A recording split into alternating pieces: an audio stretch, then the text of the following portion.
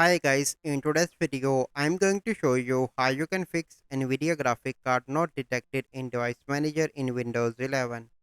So first step, you need to search here Device Manager and you simply need to open that. So once you open Device Manager, here you can see a bunch of options. First one, you can take help from here if you want, or you can see the once you are on the action button, click on add legacy hardware, click on next again. So here you can see search for and install the hardware automatically, or you can install the hardware that I manually select. So you need to select the second one, click on next and select your NVIDIA and click on next again and complete the process.